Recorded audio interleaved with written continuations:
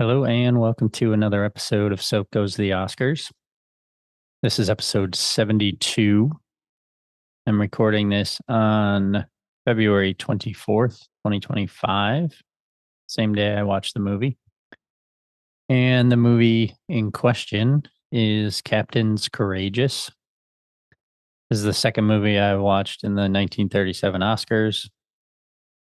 I watched this one on Hulu through, it was actually Turner Classic Movies again, but I watched it through Hulu. So it was $0 other than the, fee I pay for Hulu. But again, they're doing Turner Classic Movies is doing like 31 days of Oscars leading up to the Oscar ceremony. So luckily, this and A Star is Born were both available on there. So that worked out nicely. And yeah, I watched these two first so that I could knock those out before they disappeared from there.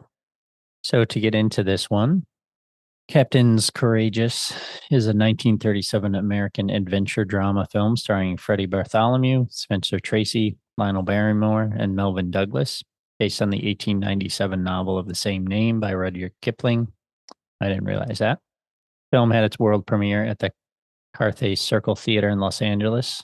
Directed by Victor Fleming, it was produced by Louis D. Leighton and made by Metro Goldwyn Mayer. Filmed in black and white, Captain's Courageous was advertised by MGM as a coming-of-age classic with exciting action sequences.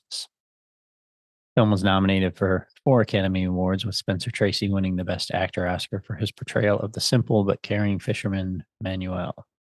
It was also nominated for Best Picture, obviously, Best Film Editing, and Best Writing Screenplay.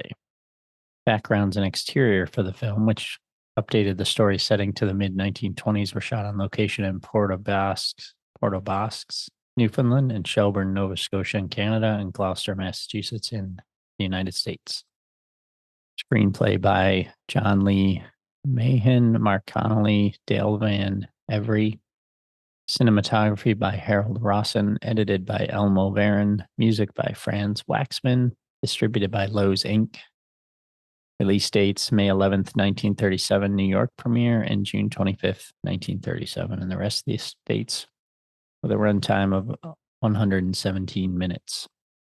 Basic story of this is that Harvey Chain is the spoiled son of an American business tycoon, Frank Chain. He goes to an all-boys school, and everybody kind of hates him, and he gets in a fight and leaves the school. The school essentially kicks him out for the rest of the semester because he lied. He tried to bribe a classmate and a teacher to get a better grade on a test, and he tried to bribe the classmate to get in a club. So they kick him out, and the father is supposed to be going on a business trip across the sea, I think, and so he decides to take him with him. Well, he kind of is the same on the boat.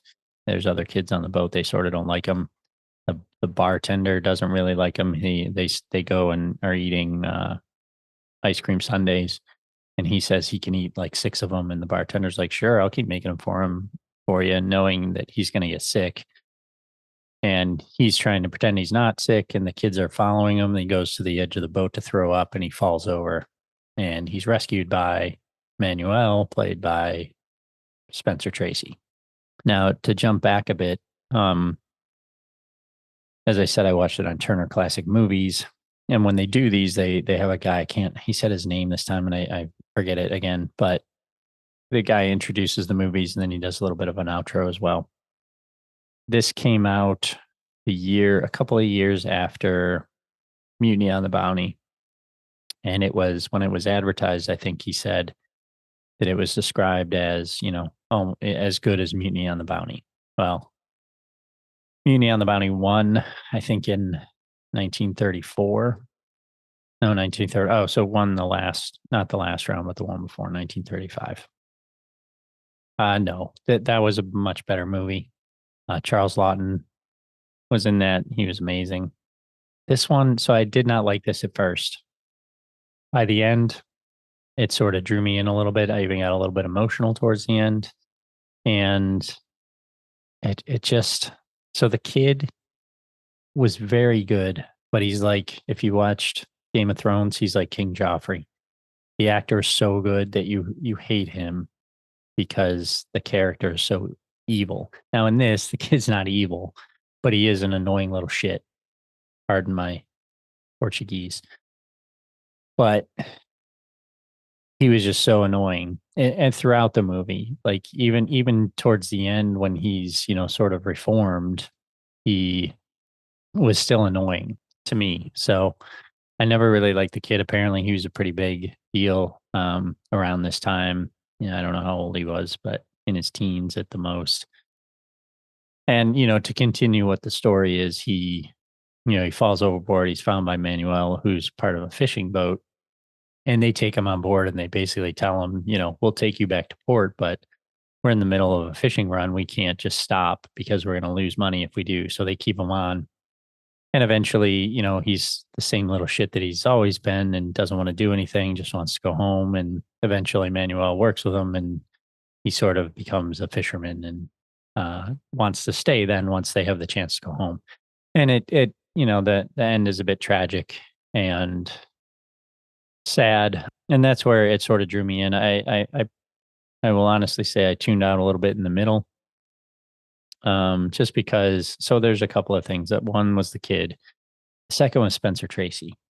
I'm not sure. I mean, I guess I'm sure he was Portuguese in the book. I feel like they could have not made him Portuguese. Essentially, his Portuguese accent was like him saying fish, fish.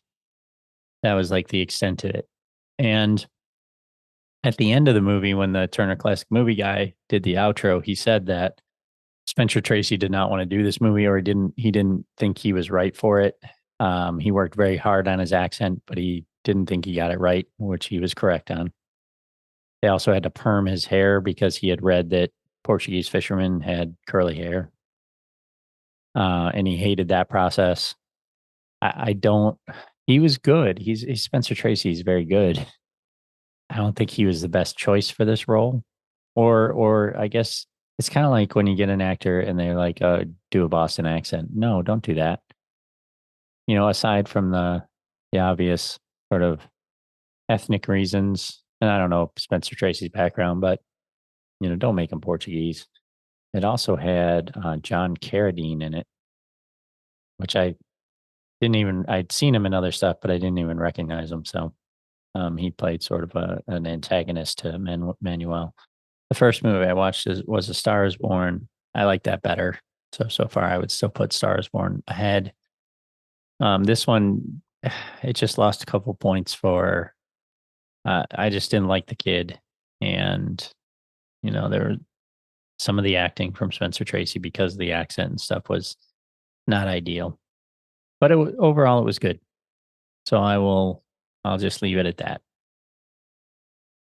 And there was one other thing here I forgot from Wikipedia. Holden Caulfield, protagonist of the 1951 J.D. Salinger novel, The Catcher in the Rye, is thought to look like Harvey Chain. As in the book, a prostitute tells Caulfield that he looks like the boy who falls off the boat in a film co-starring Melvyn Douglas, though the film is not mentioned by name. And also, Chris Elliott has stated that Captain Courageous was the inspiration for the film Cabin Boy. So it's not a bad movie. I don't want to rag on it. It had some things that I personally couldn't get past, but in the end, it was a decent movie. So that's all I got. I'll see you next time. So we continue. 1937. This is another 10 movie year, as are the next couple, the next several, the next like 4 years after this one. So about 50 movies just for 5 years. Anyway, I digress. I'll see you next time.